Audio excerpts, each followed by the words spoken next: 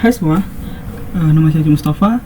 Dan di video kali ini kita mungkin tidak akan bikin game dulu, melainkan kita akan belajar tentang algoritma dan data struktur, teman-teman. Nah, buat teman-teman yang nggak tahu, algoritma dan data struktur ini salah satu hal yang penting loh bagi seorang programmer. Bahkan biasanya kalau teman-teman yang sekarang lagi dalam masa-masa SMA, SMK, dan nantinya akan berkuliah, biasanya teman-teman bakal nemuin nih mata kuliah algoritma dan data struktur. Kenapa demikian? Karena algoritma dan data struktur ini membantu teman-teman dalam membuat sebuah aplikasi juga. Kenapa demikian? Karena gini, kan di dalam sebuah bahasa pemrograman ini kan mereka punya punya data struktur ya, maksudnya punya tipe data kayak seperti integer.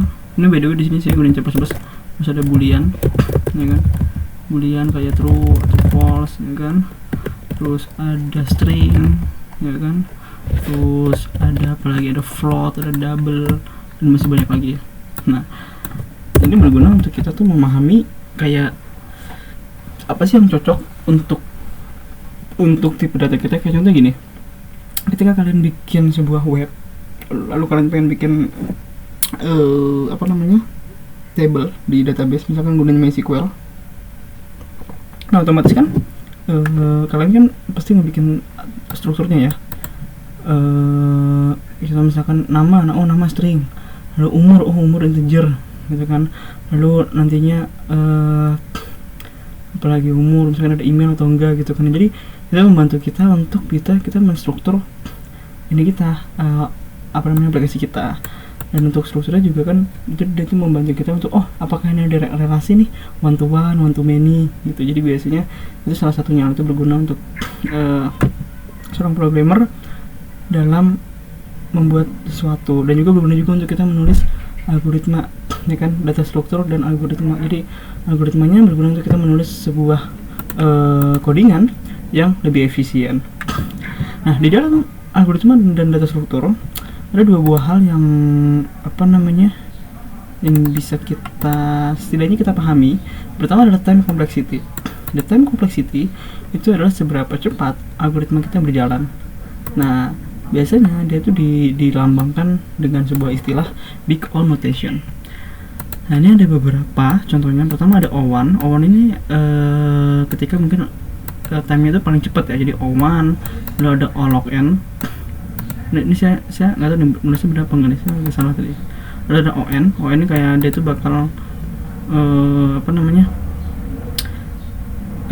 ngejalanin tuh sebanyak n-nya, sebanyak n. Jadi misalkan kita ngelakuin loop 5 kali, jadi dia bakal ngejalanin sebanyak 5 kali.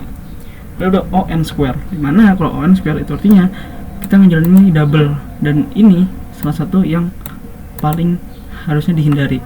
Contohnya adalah nested loop, ya kan, karena kita ngejalanin double. Lalu setelah ada time complexity, ada space complexity, yaitu adalah seberapa banyak memori yang digunakan untuk menjalankan sebuah algoritma. Nah, biasanya ini juga penting ya dipahami. Karena misalkan kan setiap kali kita menulis codingan kan biasanya kan codingannya kan akan kayak mengalokasikan memori ya. Kayak contohnya misalkan di C++ ini kayak pointer, ya kan, dia kan bakal kayak ngealokasikan memori, habis itu kita mesti nge-free memorinya dan segala macam. Nah, space complexity itu salah satunya. Jadi istilahnya di algoritma dan data struktur. Biasanya emang lebih kepake kalau misalkan teman-teman belajar tentang competitive programming sih. Biasanya itu pasti dengar tuh. Itu soalnya biasanya kalau di competitive programming mereka tuh ada constraint gitu, kayak harus berapa sih memorinya yang digunain, space complexity harus berapa gitu. Tapi kita nggak akan fokus ke sana, melainkan kita akan mulai dengan video pertama ini. Kita akan mulai dengan hal-hal yang sederhana dulu. Dan juga by the way di sini saya gunain C++ ya, akan playground.cpp. Namun jika suatu saat mungkin tiba-tiba saya ngubah bahasa pemrograman, entah itu Python ataupun JavaScript, teman-teman gak usah bingung, karena pada dasarnya algoritma dan data struktur itu konsep, teman-teman. Jadi jika kalian paham, kalian bisa gunain di bahasa pemrograman apapun gitu. Oke, kita akan mulai dengan hal yang sederhana dulu aja.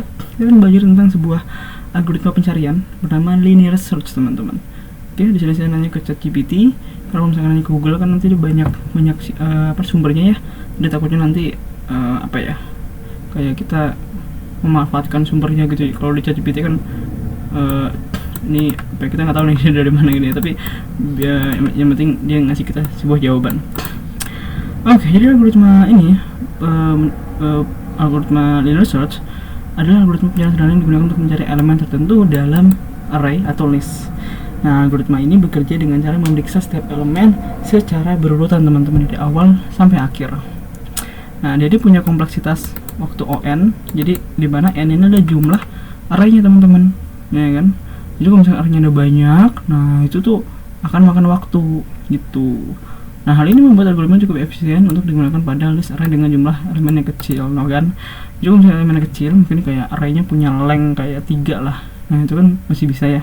Kalau misalkan dia punya 100, 1000 atau bahkan berpuluh-puluh ribu ya, nah itu mungkin akan memakan waktu. Jadi makanya algoritma linear search ini, kalau jika datanya sudah banyak, mungkin harus sedikit dihindari, kan? Namun jika list array memiliki jumlah yang besar, algoritma pencarian linear search dapat kurang efisien, kan? Dapat menjadi kurang efisien karena setiap elemen harus diperiksa satu persatu secara berurutan. Nah, jadi kalau misalkan banyak itu kurang efisien teman-teman. Nah, pada kasus seperti ini, algoritma pencarian yang lebih efisien adalah binary search. Nah, nanti juga kita bakal belajar binary search, ya kan, atau hash table dapat digunakan. Namun untuk sekarang kita belajar tentang linear search dulu teman-teman. Oke, mungkin saya hapus ya. Jadi bagaimana sih kita menulis codingan untuk linear search? Contohnya, misalkan saya punya sebuah array R, mungkin saya punya 1, 2, 3, 4, 5. Lalu kita pengen cari angka, misalkan angka, kita tuh bikin variabel namanya target gitu, angka 3 misalkan, atau angka 3 angka 3 mana angka 4 tadi.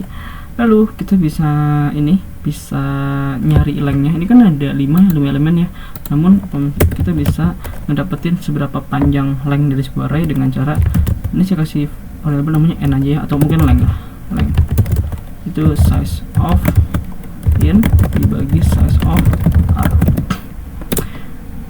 Setelah itu kita bakal bikin variabel hasil, dimana dia bakal ngedapetin hasil dari linear search. Lalu di sini kita taruh arraynya, karena nantinya kita bakal ibaratnya nampilin nih, ada nggak sih angka 3 di array ini, di variabel r gitu, di array inilah intinya.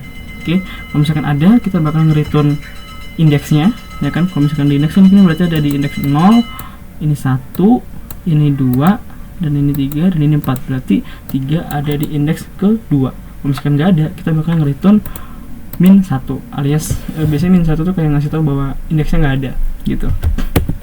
Oke, nanti kita bakal nampilin ininya, variabel hasilnya gitu. Oke, kita bisa bikin functionnya di atas sini, yang return integer linear search, lalu dan nerima di sini seharusnya nerima 2 ya, array sama lengthnya. Oke, di sini nerima arraynya dan juga lengthnya. Lalu di sini kita bisa ngelakuin sebuah perulangan. Jadi sebenarnya simpel aja kok. Kita ngelakuin perulangan seperti biasa, for loop biasa. In i 90 selama i kurang daripada length, i nya increment.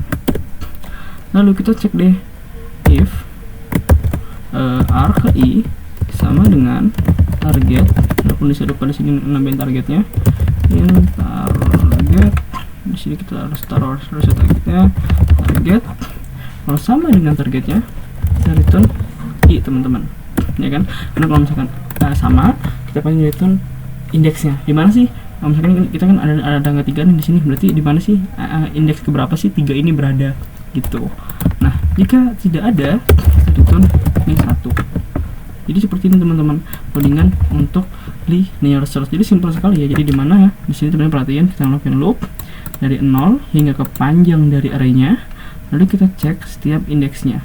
Maka demikian kenapa linear search ini cocok untuk arraynya yang jika dia itu masih sedikit ya panjangnya ya. Kalau misalkan ini ada sekitar 100 atau mungkin 1000 atau mungkin 1.000.000, nah ini akan memakan waktu yang cukup lama. Nah, jika ketemu, kita return indeksnya. Jika tidak, kita return min 1. Oke, sekarang kita bisa buka terminal. lalu kita jalanin codingan kita. Nah, dia nge-return min 1. Kenapa demikian? Padahal ada angka 3 di sini. Oke, ini lucu sekali. Kenapa dia nge-return min 1? Apakah ada yang salah di codingan saya? Harusnya dia nge-return angka 2, jadi 0, 1, 2. Kenapa dia nge-return min 1 ya?